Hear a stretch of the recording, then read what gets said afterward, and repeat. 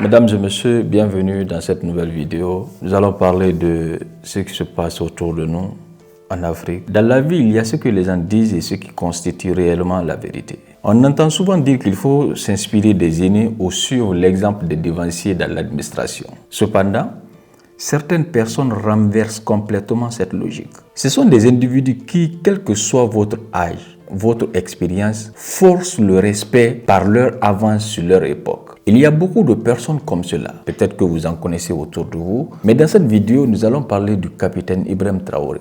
Il n'est pas le seul. Il y a beaucoup d'Africains, beaucoup de grands hommes qui, à travers leur étoile, forcent le respect parce qu'ils sont en avance sur leur époque. C'est clair. Ce jeune capitaine a démontré à plusieurs dirigeants africains que l'âge n'a rien à voir avec le caractère, la rigueur et la capacité à impulser un vrai changement. Certes, d'autres présidents avant lui ont tenté d'inciter les travailleurs à adopter de meilleures pratiques dans les administrations. Mais ces dernières années, il s'impose comme une véritable référence en la matière. Ses interventions directes, fermes et orientées vers le bien-être des citoyens ont marqué les esprits. Parmi elles, une rencontre en particulier a été virale et a inspiré beaucoup d'autres dirigeants, tels que le général Brice Oligui Nguema et récemment le président tchadien Mahamat Idriss Déby Itno, qui semble s'inscrire dans cette dynamique. Il ne faut pas que dans l'administration, on recrute des compétences et à chaque fois qu'il y a un travail, il n'y a pas de compétences. Il faut repartir encore vers un cabinet privé. C'est du vol, c'est de la triche et on va mettre fin à ça. On a parlé de mots comme la corruption, voilà, mais ça continue. La lutte contre le terrorisme, oui, il y a des avancées, il y a beaucoup de choses, mais il faut que nous reconnaissions qu'il y a un volet sur lequel il n'y a pas eu une lutte acharnée. C'est la corruption, c'est la lenteur administrative, en tout cas l'administration en général. Ce volet, il faut reconnaître, ça n'a pas marché. Mais pourquoi ça n'a pas marché? C'est parce qu'on s'était donné un temps pour sensibiliser, pour parler aux gens, pour que les gens comprennent. Tant dans l'armée que dans le civil, que les gens comprennent où est-ce qu'on part, pourquoi il faut cesser telle habitude. Pas que les gens ne comprennent pas, ils font semblant et se disent qu'on ne prendra jamais de mesures. Aujourd'hui, il y a tellement de lois qui ont été votées pour protéger les travailleurs. C'est très bien. Mais chacun devrait faire la mission pour laquelle il a été recruté. Mais les gens ne font pas la mission. Voilà, pendant que des gens ont des salaires de 3 millions, de combien de millions dans ce pays, voilà, il y en a qui n'arrivent même pas à se payer un repas. Vous trouvez ça normal? Ah non. Ah non. Moi, je suis opposé à ça. Il faut qu'on change les choses. Soit on change, ou bien, écoutez, on reste esclave à jamais. On est là pour changer les choses. On a pris le temps d'observer, de sensibiliser, de parler. Comme beaucoup de gens ne comprennent pas, en fin d'année, donc, j'ai annoncé que ça sera ferme. La machine contre la lutte contre la corruption va démarrer. Eh bien, ça démarre. Le conseil de discipline et autres, c'était mort. On a adopté des textes pour que les gens puissent sanctionner ceux-là qui ne veulent pas travailler. Mais rien, personne ne veut sanctionner. Ah, si moi je le sanctionne, on peut le licencier, ça sera de ma faute. Écoutez, il y a ce genre d'émotions-là, ça ne doit plus exister. Nous sommes un pays en guerre et on doit bien gérer les ressources. Et quand on dit gérer les ressources, ce n'est pas les ressources financières seulement, les ressources humaines aussi. Dans notre émotion, on n'arrive même pas à faire quoi que ce soit. On n'arrive pas à sanctionner quelqu'un. Il y a des gens qui sont de gros travailleurs dans notre administration. Et vous les connaissez. Ils viennent très tôt. Tant qu'ils ne finissent pas leur mission, ils ne rentrent pas à la maison. Ils n'ont jamais demandé de payer une heure supplémentaire. Ils sont nombreux ceux-là qui viennent, qui repartent jusqu'à la nuit, qui font le travail. Mais en réalité, ils font le travail de certains paresseux et de certains fainéants qui viennent et à 10 heures, ils sont donc dans les maquis ou bien ils sont au corps au four. Ils ne veulent pas travailler. C'est la réalité et vous les connaissez. Et d'autres sont obligés de faire leur travail. Mais pourquoi ces gens-là, on ne les sanctionne pas? tous ceux qu'on va prendre dans les situations d'absence chronique dans les administrations et qui ne sont pas sanctionnés, la personne sera licenciée. Le directeur qui était censé le sanctionner là sera probablement licencié aussi, sinon puni. On ne peut pas continuer comme ça. L'esclavage existe dans nos administrations. On vous a recruté pour faire un travail. Vous vous retrouvez assis au bureau. Un commerçant ou un pauvre paysan vient pour un papier. Vous le voyez, certains sont tellement orgueilleux, gonflés. C'est de l'esclavage. Il ne fait pas d'abord son travail. Il le crie dessus. Il cherche les gens de leur bureau. Si tu fais, tu quittes mon bureau. Et souvent, il les cherche. Les gars sortent, ils tournent. Il ne fait pas le travail, il se lève, il part faire. Ces gens-là existent dans l'administration. On le dit publiquement haut et fort. 15 mois à s'observer, c'est trop. Si on t'a recruté d'être dans une administration pour faire un service, tu le fais. Tu n'as pas à esclavagiser des Burkinabés. On vient pour faire un papier. Le gars vient souvent, il ne comprend même pas français. Souvent, il ne connaît pas le nom du papier. Mais tu as été recruté pour faire ça. Tu l'expliques clairement et tu lui dis tout ce qu'il y a. Il rentre dans son bureau, il est assis. Oui, toi, tu veux quoi? Les gars commencent à parler comprendre. Mais ici, tu ne sais pas ce que tu veux là, quitte mon bureau. Nous avons des films comme ça. Ouais. Et il finit par chercher le pauvre commerçant ou le pauvre paysan, quitte son bureau. Il fait ce qu'il veut sur son ordinateur. Et puis, dans peu de temps, il se lève, il prend son téléphone, il a quitté le bureau. Il n'est plus là. La question des compteurs frauduleux montre aussi une implication de certains agents véreux de l'AICJ et dont nous avons tous été ici victimes de cette histoire de compteurs frauduleux. Elle ne date pas d'aujourd'hui. C'est une manière de racketter les populations. Parce que les compteurs, c'est vous qui les placez. Ce ne sont pas les populations. Vous et vos sous-traitants. Quand elle se présente à l'AICJ pour demander l'acquisition d'un compteur, on lui fait croire qu'il n'y a plus de compteurs et qu'ils sont en manque. On rappelle à cette personne qu'il y a un sous-traitant qui a des compteurs. Et quand vous vous y rendez, le compteur, on vous le vend à 400 000 francs CFA. Moi-même, j'en ai payé les frais. On quitte de 120 000 à 400 000 francs CFA un compteur. Quand vous êtes dans l'urgence, vous êtes obligé de payer ce compteur. Une fois que vous le payez, il est installé par un sous-traitant. Et après, on vous dit qu'il faut codifier le compteur. Il faut encore payer la codification. Vous la payez. Généralement, c'est dans les 150 000 qu'on fait payer. Une fois la codification faite, vous chargez vos tickets EDAN. Et vous avez le reçu de vos tickets. 2 ans plus tard, 3 ans, vous avez la AICJ qui repasse sur les lieux en disant votre compteur est frauduleux. Le Gabonais lambda qui ne travaille pas à la AICJ, qui a payé ce compteur avec un sous-traitant. Et on vous dit il est frauduleux.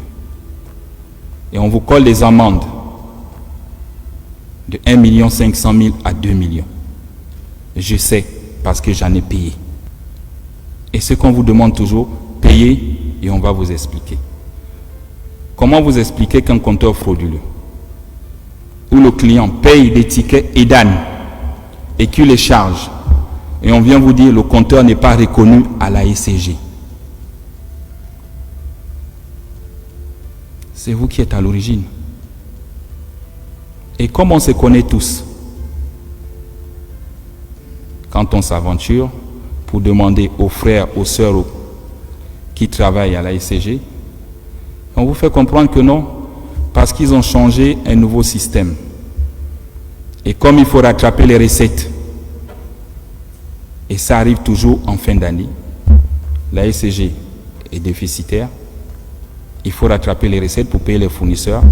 On vous fait comprendre que tous les compteurs ne sont pas reconnus à la AICJ. Et donc chaque client revient payer l'amende de 1 million, 1 million 500. N'est-ce pas du vol? Il en est de même pour les compteurs d'eau. Vous aviez des compteurs d'eau que vous installez. Et après, on vous dit le compteur a été volé. Vous déclarez le vol de ce compteur. Donc une perte que la SCG ne vous rembourse pas. 3 mois plus tard, on vous renvoie les factures de ce compteur à votre nom. Et quand vous refusez de payer, vous avez ce système. Si vous ne payez pas, on coupe tous vos compteurs. Donc il faut d'abord payer. Et là, le client paye. Et quand il finit de payer, il vous dit, mais je veux savoir quel est ce compteur qui est utilisé à mon nom. Vous êtes incapable de retrouver ce compteur. J'en ai payé les frais. Et même à Port-Gentil, on me dit ton compteur se retrouve à Matanda. Je n'ai jamais construit à Matanda. Mais vous faites payer les factures. Et on les paye. Donc ce vol est organisé par vous-même sur les populations.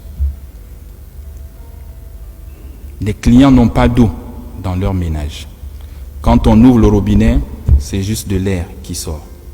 Mais pourquoi vous faites payer les clients des compteurs où il n'y a pas d'eau? Ça nous fait mal à tous de voir nos mamans au quartier payer 5 000, 10 000 sur un compteur où il n'y a pas d'eau. Non, on paye l'entretien. Quel entretien? Il était important pour moi de venir constater moi-même les réalités sur le terrain. D'après le compte rendu que j'ai eu, j'étais vraiment optimiste. Mais là, avec ce que je vois, je suis vraiment déçu. Je suis déçu parce que le compte rendu qu'on m'a fait et ce qui est réel sur le terrain est complètement différent. Et je vais être honnête avec le peuple tchadien. Très honnête. Même là, ils disent qu'ils vont finir en mars pour éjecter les 32 MW de la centrale thermique. Mais je suis pessimiste. Je suis pessimiste.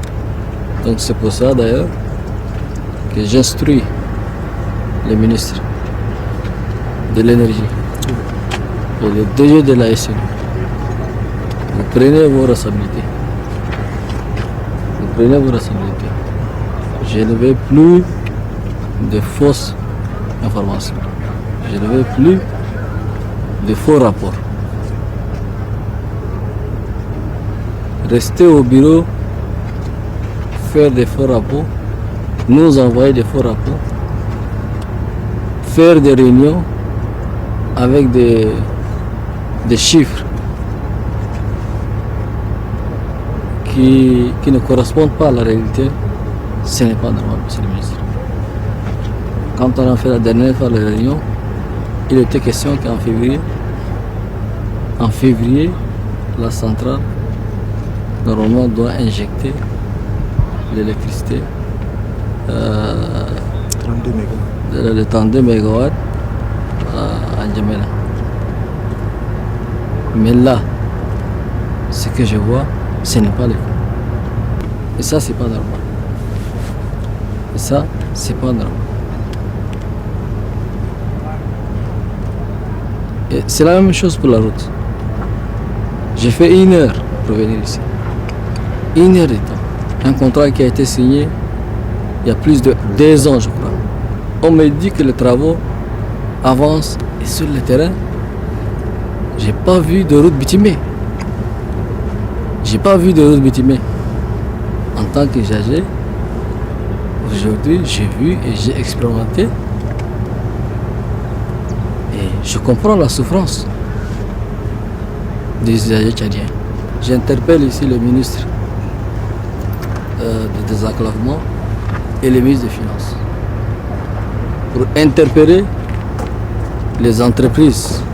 Et ce qui est encore pire, c'est que nos responsables, ils ne sont jamais sur le terrain. Dès cet instant, j'ai instruit le gouvernement, en premier lieu le chef du gouvernement. C'est fini le temps des discours. C'est fini le temps de faire des réunions dans des bureaux climatisés. Chaque responsable doit descendre sur le terrain. Doit descendre sur le terrain pour suivre les projets qui sont en cours.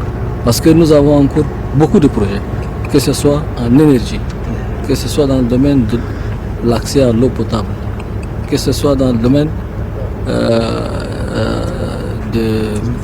des infrastructures routières, que ce soit dans le domaine de l'éducation, de l'enseignement supérieur, de la santé. Dans tous ces domaines, nous avons beaucoup investi, beaucoup payé. Mais les entreprises ne font rien du tout. C'est parce qu'il n'y a pas un suivi. Il n'y a pas un suivi. Tous les ministres, leur seul et unique travail, c'est de rester dans des bureaux climatisés, faire des réunions. Ou bien voyager à l'extérieur, faire le tourisme. Aller faire, je ne sais pas, aller à des séminaires, ou je ne sais pas, à des colloques, qui nous amènent rien du tout.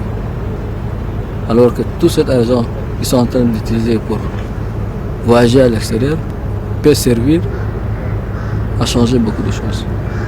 Ensuite, au lieu d'aller à l'extérieur, il y a beaucoup de choses à faire ici. Les ministres doivent descendre sur le terrain, non seulement à Djamena, mais sur l'ensemble du territoire national, pour évaluer, suivre leurs projets, mais en même temps, écouter les populations, parler avec les chats profonds. C'est ça notre devoir en tant que dirigeant, en tant que responsable. Et cela est valable pour moi aussi et pour les membres du gouvernement. À partir d'aujourd'hui, c'est le temps de l'action. Le retard de l'Afrique en grande partie résulte du manque de volonté des dirigeants de servir réellement leur population. Imaginez un instant si cette pratique de responsabilisation et de rigueur avait été adoptée et maintenue dès les premières heures suivant les indépendances. Où en serions-nous aujourd'hui? Certes, certains présidents avaient été empêchés d'agir à cause des facteurs extérieurs, mais beaucoup se sont contentés de s'enrichir au détriment de leurs concitoyens, ignorant délibérément leurs souffrances. C'est pourquoi il est crucial pour nous les jeunes Africains de réfléchir à des alternatives pour sortir ce continent de la misère. Nous avons grandi dans cette réalité difficile et beaucoup pourraient être tentés de partir et d'abandonner cette lutte. Mais nous devons être conscients que compter uniquement sur certains présidents ne suffira pas. D'autant plus que certains d'entre eux agissent davantage pour se faire plaisir ou pour renforcer leur image que pour un réel changement. Alors, parmi ces présidents, lesquels œuvrent vraiment pour le bien commun? À vous de juger.